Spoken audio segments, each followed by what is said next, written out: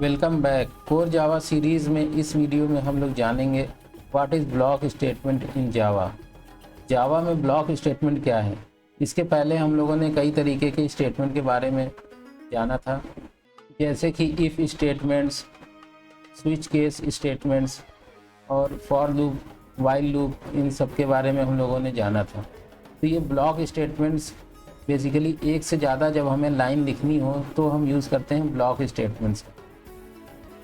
Block statement को लिखने के लिए हम कर्ली ब्रेस का यूज़ करते हैं। जैसे हम कोई मेथड बनाते हैं उसी तरीके से ब्लॉक स्टेटमेंट का यूज़ होता है।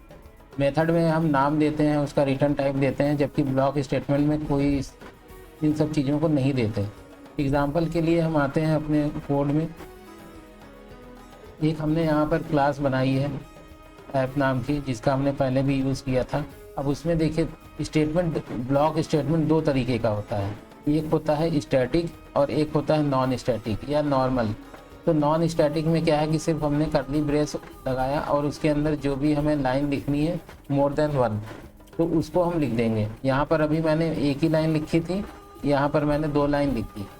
इसका यूज़ क्या है? यूज़ इसका ये है कि जब भी हम चाहते हैं कि जब हमारी क्लास रन हो उससे पहले कोई चीज़ हम इनिशियलाइज करना चाह रहे हैं, या कुछ कोड हमारे पास ऐसा है जो हम चाहते हैं कि जब हमारी क्लास रन हो उसके पहले ही वो एग्जीक्यूट हो जाए, तो इसलिए हम ब्लॉक स्टेटमेंट का यूज़ करते हैं। तो नॉर्मल ब्लॉक स्टेटमेंट्स ये ऑब्जेक्ट से बिलोंग करता है। जब ऑब्जेक्ट क्रिएट होगा फिर जा करके ये रन होगा। और जो स्टैटिक होता है ये क्लास से बिलोंग करता है, यानी कि ये ओनली एट ए वंस, ओनली एक ही बार ये रन होगा जो स्टैटिक होगा। और जो ऑब्जेक्ट का बिलोंग करता है यानी कि नॉन स्टैटिक जो ब्लॉक स्टेटमेंट है, वो जितनी बार भी हम ऑब्जेक्ट बनाएंगे उतनी बार वो कोड रन होगा। इसको और ज़्यादा समझने के लिए हम इसको एक बार रन करके देखते हैं। तो यहाँ पर मेरे पास है स्टैटिक ब्लॉक में एक ही लाइन लिखी हुई है। इसको हम लोग रन करेंगे। उससे पहले यहाँ हेलो में, मेन मेथड में मैंने एक हेलो भी प्रिंट कराया हुआ है। तो देखिए अभी ये प्रिंट हो जाएगा। यहाँ पर मैंने रन कर दिया है। अब इसमें देखिए जो स्टैटिक हमारा ब्लॉक था वो पहले रन हुआ है, this is static block statement. उसके बाद जो ये मेन मेथड में हेलो था वो बाद में रन हुआ है। ये स्टैटिक था जो कि एक ही बार रन होगा।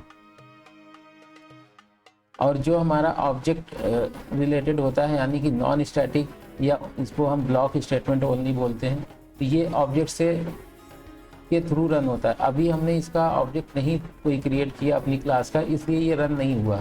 तो इसको रन करने के लिए हम एक काम करते हैं, हम इसको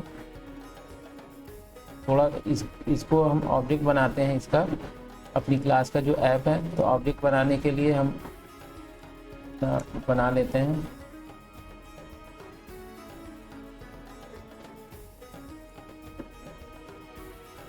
इसको अब देखिए ऑब्जेक्ट हमने एक बना लिया। इस ऑब्जेक्ट का हम यूज़ कहीं भी नहीं कर रहे हैं, ठीक है। अब इतना हम इसको रन करके देखते हैं। अब देखिए जब रन इसको करेंगे तो अब यहाँ पर पहले हमारा ये स्टैटिक वाला प्रिंट हुआ, क्योंकि ये क्लास लेवल पर ये एक ही बार प्रिंट होगा। उसके बाद जो हमारा मेन मेथड में है वो चीज़ रन हुई, हेलो प्रिंट हुआ। उसके बाद जो हमारा ये ऑब्जेक्ट से रिलेटेड था वो रन हुआ। अब अभी एक बात मैंने ये बोली थी कि ऑब्जेक्ट से बिलोंग करता है ये जो हमारा नॉन स्टैटिक या ब्लॉक स्टेटमेंट है। तो हमें पता कैसे चला? तो इसके लिए हम क्या करते हैं कि एक और ऑब्जेक्ट बनाते हैं। यहाँ पर ऑब्जेक्ट 2 बना लिया।